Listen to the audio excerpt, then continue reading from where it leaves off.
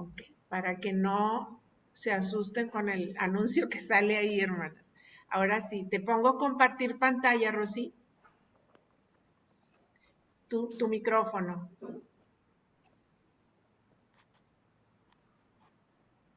Sí, por favor. Ok. Ay, no, esto no es.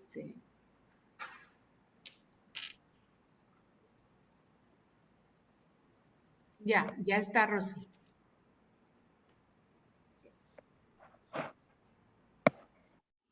¿Sí pueden ver la presentación?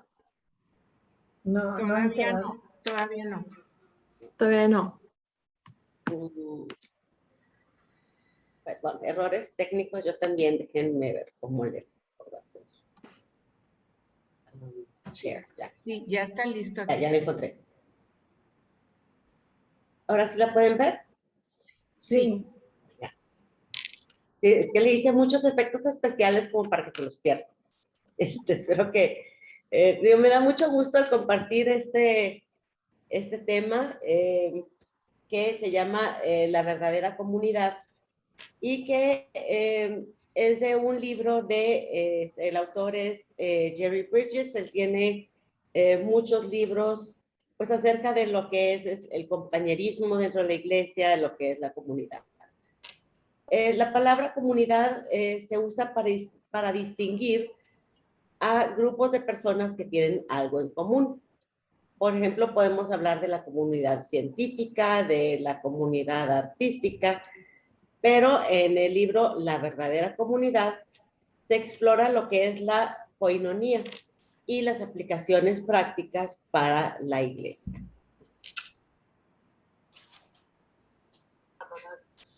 Usamos muy libremente la palabra comunidad, incluido en el cristianismo.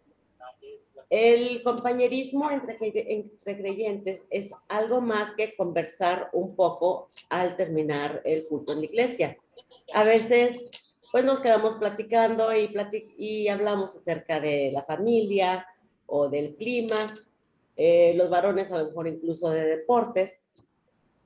Koinonía, perdón, es el significado de comunidad, de compañerismo, comunión, de fraternidad que encontramos en el Nuevo Testamento. Y eso es lo que vamos a estar viendo. La koinonía la podemos ver en la comunión entre los hermanos creyentes durante la época de la iglesia primitiva. Digamos, los primeros cristianos, después de que Jesucristo murió y resucitó. Y esa es considerada la iglesia modelo.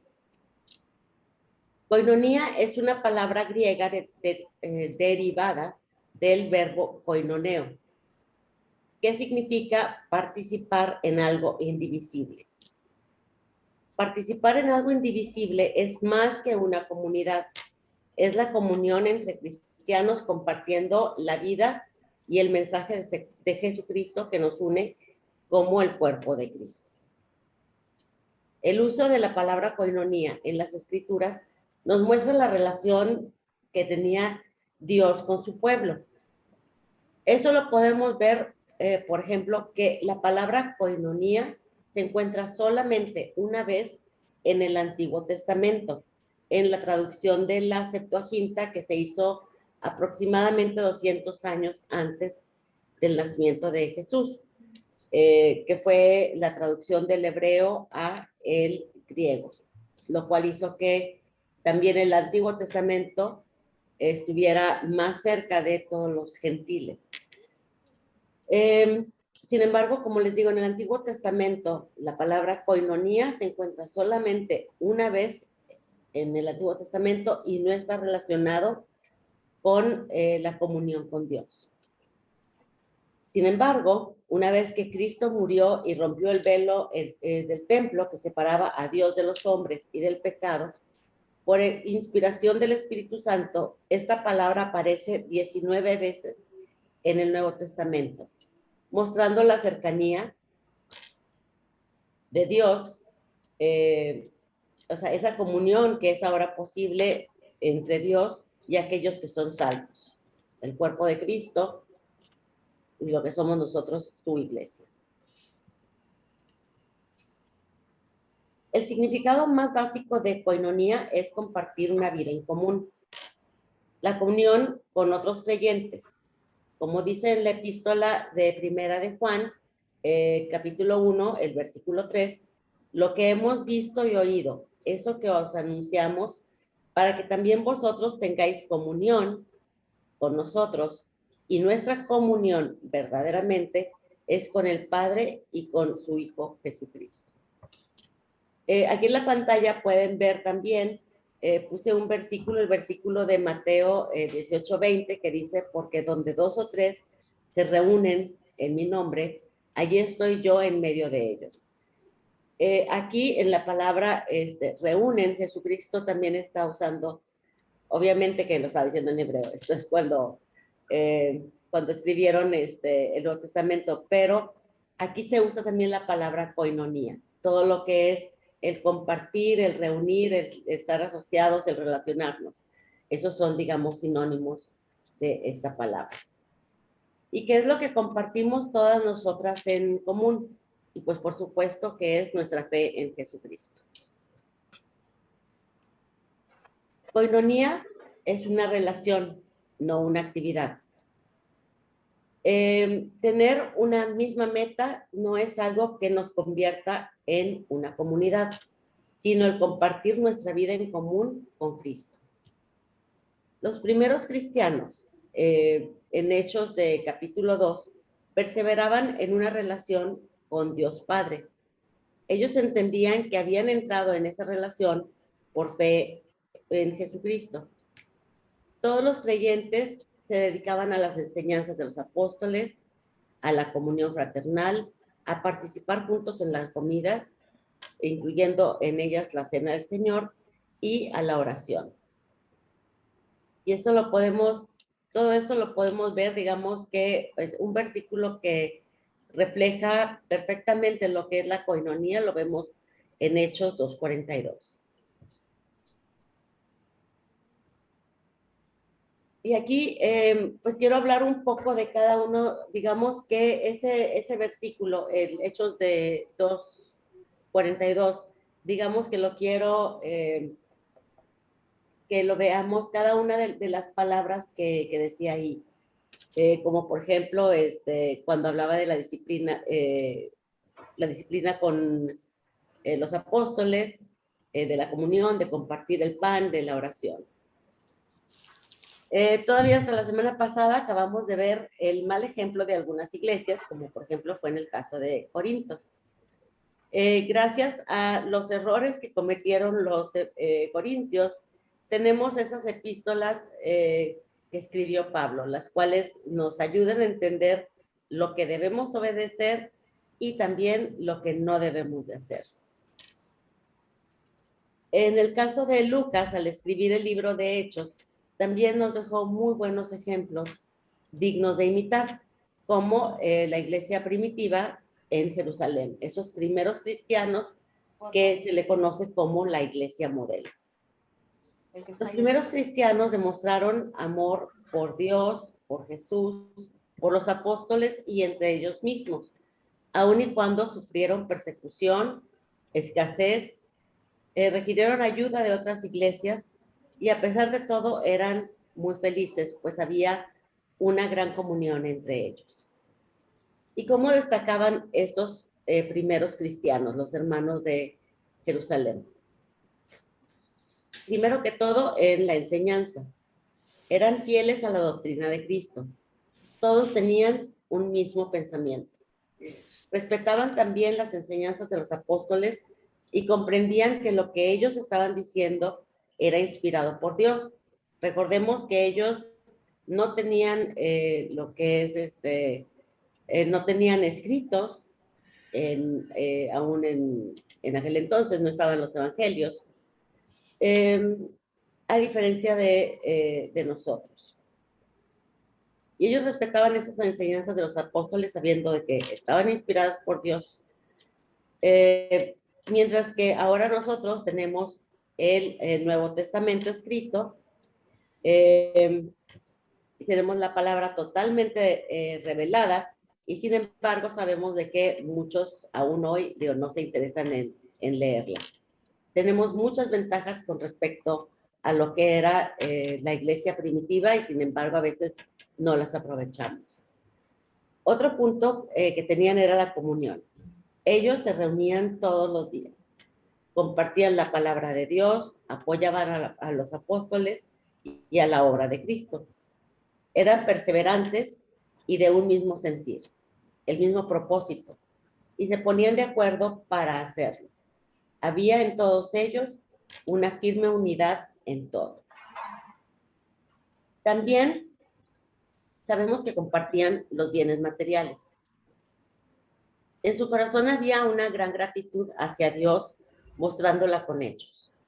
Su alegría no era superficial o fingida, sentían un profundo regocijo y gratitud. Tenían sencillez de corazón, que significa una verdadera sinceridad. Para hacer frente a una gran necesidad, ellos juntaron sus recursos, y eso lo vemos en Hechos 4. Ellos juntaron sus recursos y los dedicaron al Señor. No permitieron que ninguno de sus hermanos tuviera necesidad.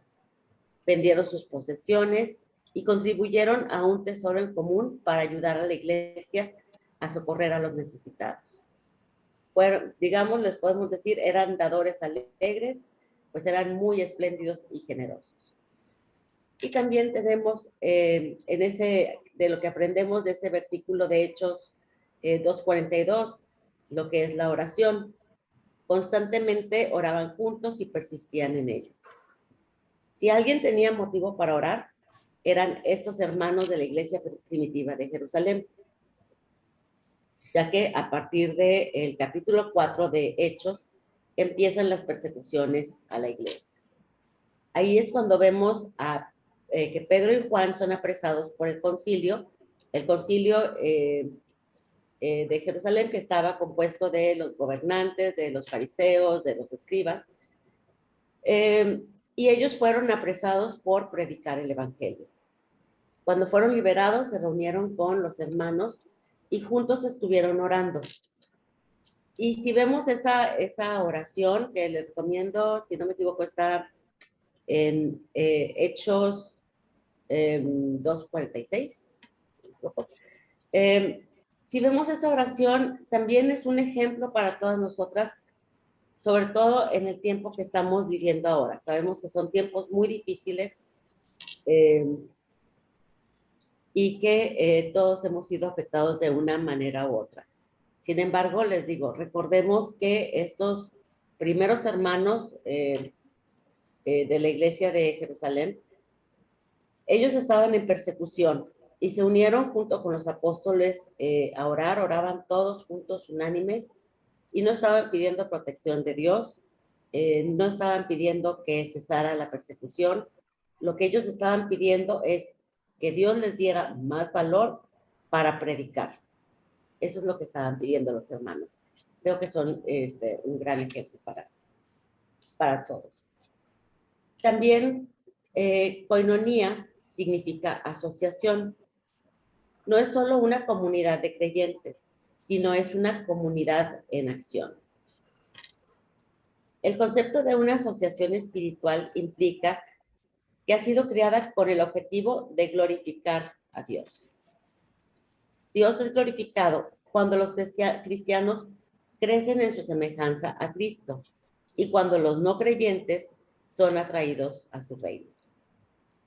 Inicialmente, volviendo al tema de esta iglesia primitiva, la iglesia estaba concentrada en Jerusalén, pero a causa de la persecución de Saulo, bueno, antes de que fuera Pablo, estos creyentes fueron esparcidos por todas partes e iban predicando el evangelio. Y no solamente era una persona la que predicaba el evangelio, todos lo hacían. No desmayaron, no se desanimaron. Creo que una palabra más apropiada, digamos como traducción, sería, al describir la asociación entre los cristianos, yo lo llamaría como evangelización o lo que es también la obra misionera. Un ejemplo de ellos, de cómo reaccionaba la iglesia primitiva. Cuando ellos escucharon que en Samaria habían recibido la palabra de Dios, y recordemos que Samaria generalmente era considerada como territorio enemigo de los judíos. Pero cuando ellos escucharon que en Samaria ellos conocían la palabra, lo que hicieron fue enviar a Pedro y a Juan para confirmar a los creyentes en la doctrina y en los dones. Otro ejemplo que tenemos es que también después de la persecución se esparcieron todos los primeros creyentes y muchos de ellos fueron a dar a Antioquía de Siria. Ahí es donde encontramos que fue Bernabé, y Bernabé ya mandó llamar a Pablo para ministrar a esa iglesia. De hecho, la iglesia de Antioquía de Siria, que era principalmente de gentiles, llegó a ser una iglesia tan grande que era más grande incluso que la de Jerusalén. Y recordemos que lo que nos dicen las escrituras en Jerusalén, que después de Pentecostés, en el primer día, se convirtieron 5,000 personas y después 3,000 más fueron añadidas. Así que imaginen el tamaño de esa iglesia en Antioquía.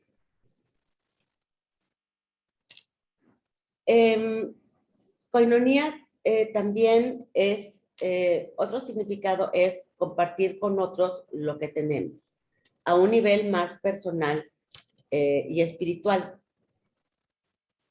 Perdón, aquí creo que no se ve, a lo mejor viene en la pantalla, pero es esa comunión con otros. Estamos hablando de esa cercanía, como les digo, espiritual o personal, pero más cercano que eso. Puede ser el compartir con otros creyentes las enseñanzas de las escrituras o una palabra de aliento de un creyente a otro.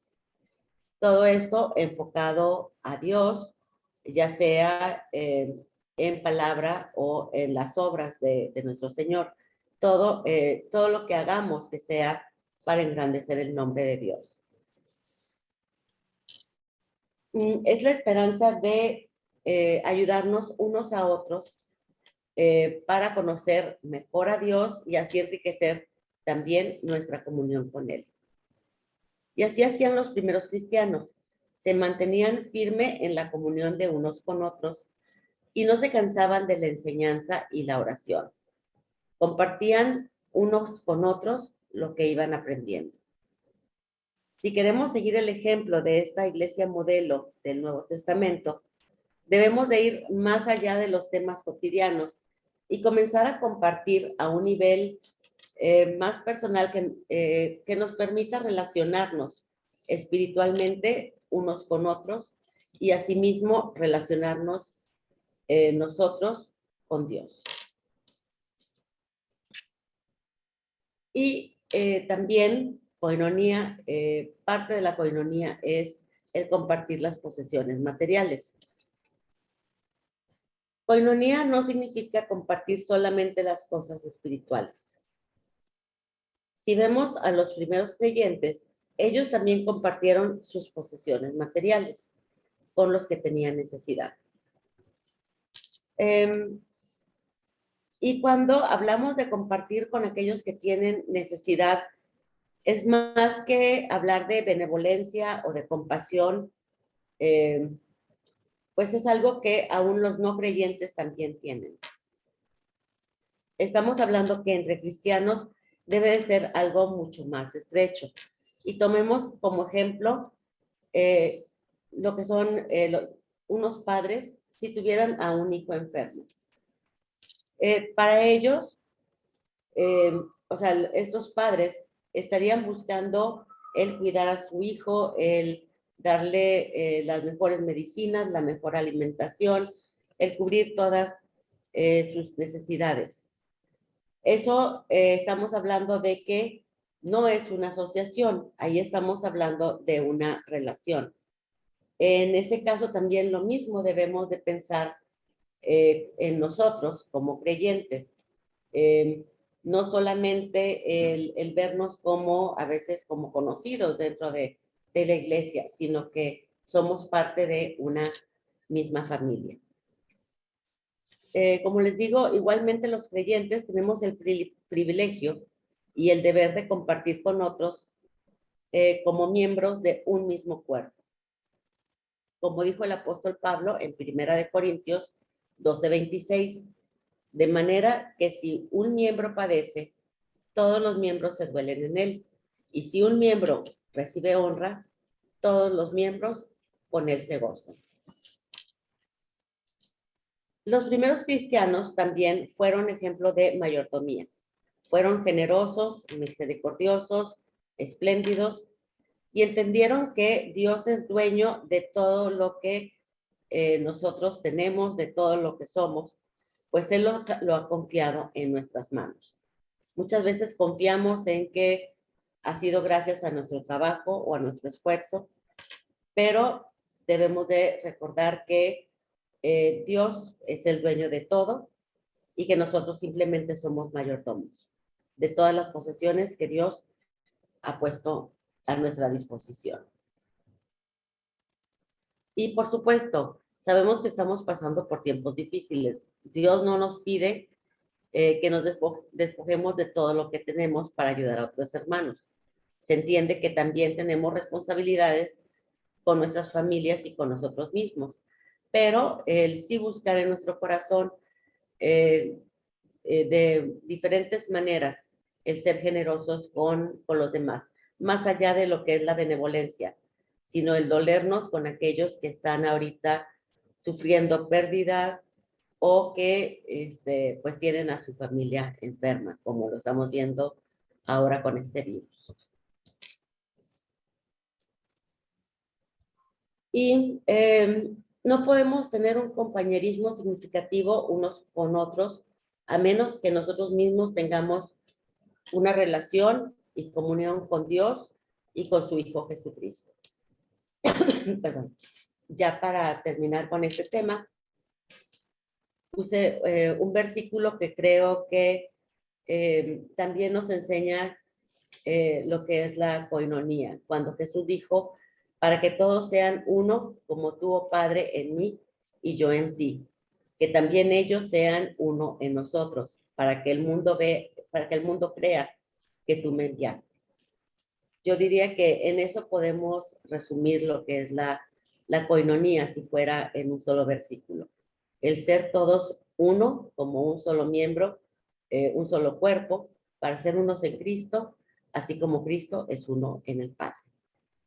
Pues hermanas, espero que les haya gustado este tema. Es solamente la introducción a lo que van a estar viendo en las próximas semanas. Ya nuestra hermana Chela, nuestra hermana Margarita, Margarita Mabilis, estarán compartiendo ya más a profundidad estos temas. Muchas gracias. Gracias, Rosy.